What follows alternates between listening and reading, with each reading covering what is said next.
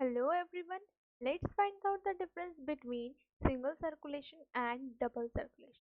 So basically, this topic, single circulation and double circulation, is related to the topic that is circulatory system. So I am writing here that this one is related to circulatory system. And what does that circulatory system mean? That means it include all the things that has to be transported from one location to another location in our body, that is known as circulatory system. And through this process, a lot of things, as we can say in this one, a lot of hormones, even the digested food, and even the digested food, the digested food and waste products are also transported to one location to another location, that is known as the circulation. And this whole system is known as circulatory system. Now in circulatory system, as we know, three main important things are necessary. The first one is blood, through which, as we can say, that blood is the medium through which all the things, say hormones and other things, go to another location. After that, there is another thing that is heart, which act as a pump, and apart from that, here we have another thing, that is the blood vessels, through which all these things are transported. These blood vessels can be of three types, that includes veins and arteries, and the last one, it include capillaries. Now, in some organisms there is only single circulation, while in others there is double circulation. Now let's find out the difference here between single circulation as well as the double circulation. So let's have a look on this one. So firstly, here it is given that in case of single circulation, in a single circulation system, the blood flows through the heart only once during complete cycle of circulation. So here in one complete cycle only, here only one cycle is needed, and the blood flows through the heart only once. That's why it is known as the single circulation. Here the drawback of single circulation is that in this one, oxygenated and deoxygenated blood get mixed. So that is the drawback of single circulatory system. Apart from that, here another is double circulation. In this one, in a double circulation system, the blood flows through the heart twice in one complete cycle of circulation. So here two cycles are complete, or we can say that through heart the blood flows through the heart twice in one complete cycle of circulation, and another one another cycle.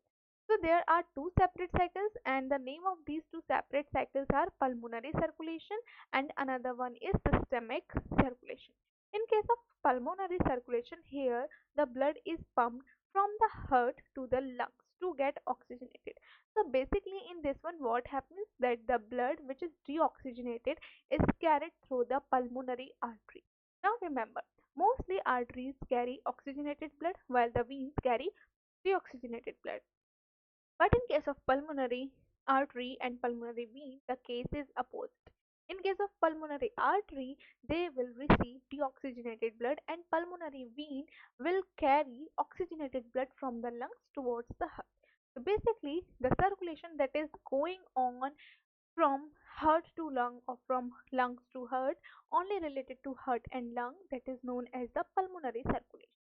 And in this one, blood is pumped from the heart to the lungs to get oxygenated.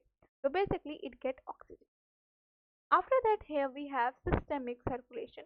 In case of systemic circulation, here the blood is pumped from heart to the rest of the body to deliver the oxygenated blood, or we can say oxygen and nutrients.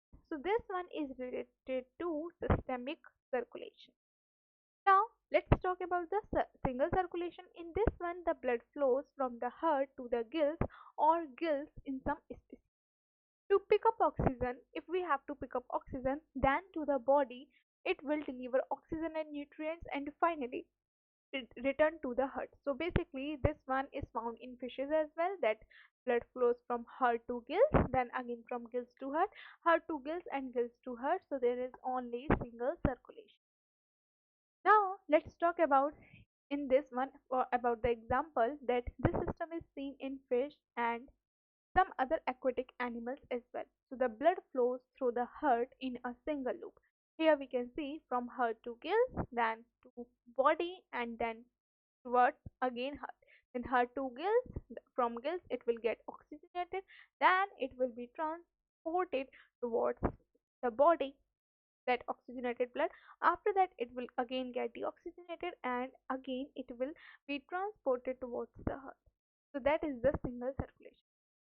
Now, in case of amphibians, reptiles, birds, and mammals, including humans, the blood flows through heart twice.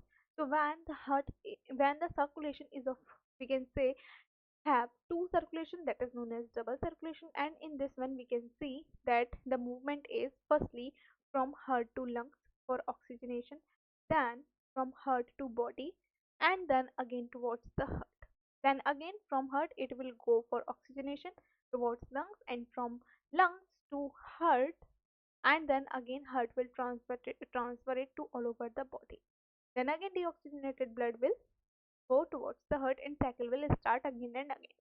So this one is basically the double circulation.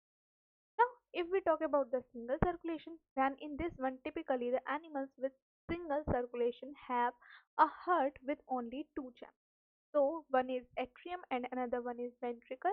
And here remember that because there are no that much partitions and all, so the oxygenated and deoxygenated blood get get mixed up get mixed up.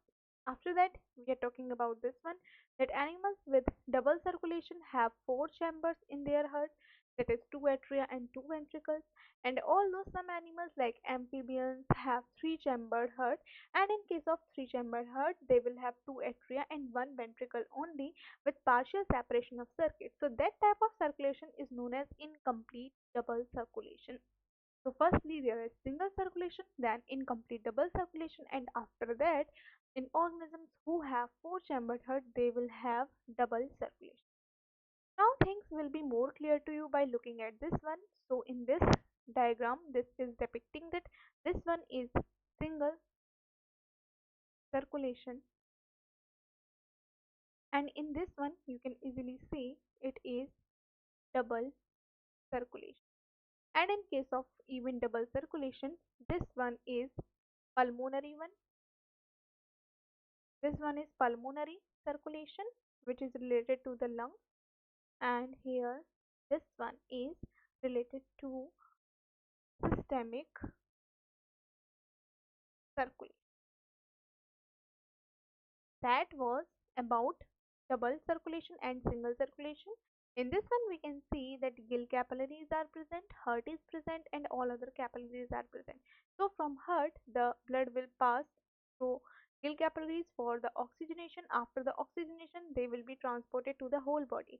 After taking up oxygen, they will transport CO2 rich blood, and then CO2 rich blood move again towards the heart for the oxygenation in the gill part.